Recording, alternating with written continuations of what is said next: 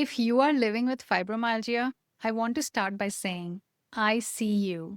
I've been where you are, and I want to share 7 key things about fibromyalgia that most people don't know, but absolutely should. If you are tired of managing your symptoms and want something that will actually provide lasting relief without any pills, procedures, or expensive treatments, watch till the end because I'll be sharing what helped me get to remission. Now, let's get to the 7 things you should absolutely know about fibromyalgia. Number one, it's not in your head. Your symptoms are very real. You're not imagining them and you're not creating them out of your own volition. You did not choose this. This is not your fault. Fibromyalgia is often misunderstood, even dismissed. But I want you to hear this loud and clear. Your symptoms are real and you're not making this up. Number two, your body isn't broken. I know your symptoms are presenting in the body, so it's natural to believe that there's something wrong with it. But I can assure you, fibromyalgia does not mean that your body is broken. What research shows us is that fibromyalgia is a condition caused by nervous system dysregulation. The most common one is called central sensitization.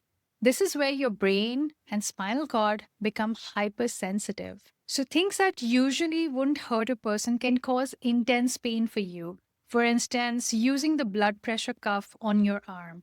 People who have fibromyalgia often also undergo changes in the limbic system. This is the part of your brain that handles emotions, stress responses, hormones, and immune regulation. These changes in the limbic system can throw everything out of balance. Many people with fibromyalgia also experience autonomic dysfunction, which can show up as dizziness, racing heart, sensitivity to light and sound, or digestive issues. Number three, fibromyalgia affects more than just pain. While pain often gets the spotlight, fibromyalgia is a whole body condition. It can affect sleep quality, energy level, digestion, cognitive function, and it can make you more sensitive to your environment, like sound, lights, and smells. If you feel like you're dealing with a dozen issues at once, you're not alone and you're not crazy. This is the nervous system speaking the language of dysregulation in many different ways. Number four, fibromyalgia often starts after a stressful event. For many people, fibromyalgia symptoms begin after a stressful event. Anything that can trigger the brain's danger response. That might be a physical stressor like an injury or surgery, an infection such as viral or bacterial infection, exposure to toxins like molds, chemicals, or heavy metals, or even an emotional stressor like a relationship breakdown or maybe even a positive life event. These events can send your nervous system into a survival mode, and sometimes it can get stuck there. Number five, the medical model often falls short, but there's hope. So many people go through years of seeing doctors, getting tests, and being prescribed medications and procedures that only mask symptoms. The mainstream model is great when it comes to acute problems like a bone fracture. But when it comes to chronic, full body, multi system issues such as fibromyalgia, it often falls short because the treatments focus on managing individual symptoms.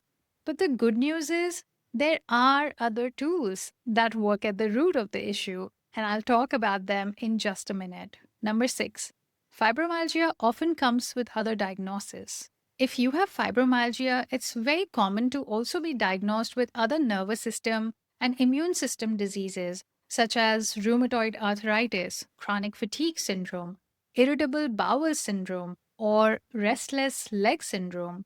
These conditions often overlap and they can create a never ending cycle of debilitating symptoms.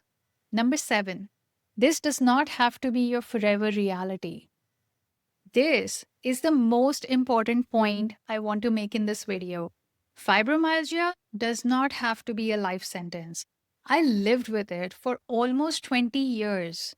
Everything the medical system had to offer focused on symptom management, not actual healing, not any real resolution. At one point, I spent over $30,000 at a clinic offering nervous system rehabilitation. The treatment was intense and involved expensive machines and equipment. The fibromyalgia improved some, but I found myself back at square one within weeks of finishing treatment. What's more, I developed additional symptoms during my treatment at the clinic, which were later diagnosed by a different provider as chronic fatigue syndrome, long COVID, POTS, and Epstein Barr reactivation. As if I wasn't living in enough physical and mental agony, now I had even more diagnoses and symptoms to work through. Two incidents from my lowest point are etched in my brain. One, where I found myself walking on a sidewalk, completely lost and unaware of where I was or what I was doing there. It was so frightening. And the second, where I'm standing in the kitchen, holding a microwave meal, trying to read the instructions on the back, and not understanding the instructions. I'm getting confused, getting frustrated because I'm reading it over and over again, and I still have no idea of how to heat this meal. I'm also breathless, in pain, and crying because I'm so exhausted and I can't keep standing there. I was supposed to overcome fibromyalgia at this clinic. That did not happen. And instead, I got so much worse that I started believing I had reached a point of no return. Looking back, it's no surprise that this clinic's treatment made me worse. A nervous system stuck in survival mode is an overwhelmed nervous system, and it does not need more intensity. It needs gentleness and pacing. Hooking machines to the body that help detox, running different kinds of currents through the body, or taking multiple supplements. What's the point of these? If you ask me, these expensive clinics that claim to be running nervous system rehabilitation programs, which cost thousands of dollars, if not more, are doing the exact same thing that conventional medicine does. They are treating the symptoms, not the root cause. Their treatments may be helpful and supportive, just like medical treatments, but only if we simultaneously address what is at the root of nervous system dysregulation. It's the brain that is stuck in a chronic stress response. The way I see it, all these expensive treatments, machines, detox protocols, supplements, they are trying to switch off an activated smoke alarm or the symptoms. But here's the thing, you can switch off the alarm. But if the smoke that was triggering the alarm in the first place has not been addressed, it's only a matter of time before the alarm starts ringing again. The smoke, in this case, is your brain's survival response. If you don't address this, the alarm or the symptoms will always come back. So, if you're considering a clinic that charges thousands of dollars every week, please hear me out. Remission is possible, but it does not have to come at that cost.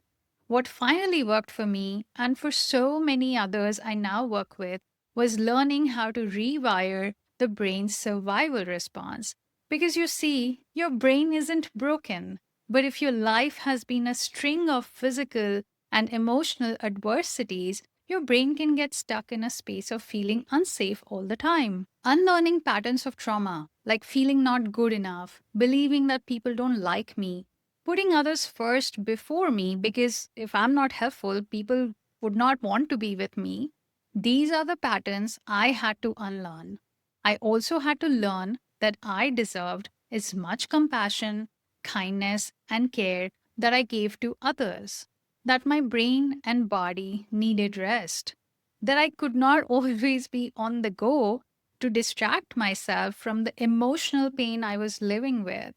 I had to learn that it was okay to be angry with people, to say no, to have boundaries, and to let go of people who could not build a two-way relationship with me. I taught myself the science behind chronic stress and disease, and that completely changed how I related to my body and symptoms. I learned to see that my body wasn't broken. I learned to even talk to my symptoms.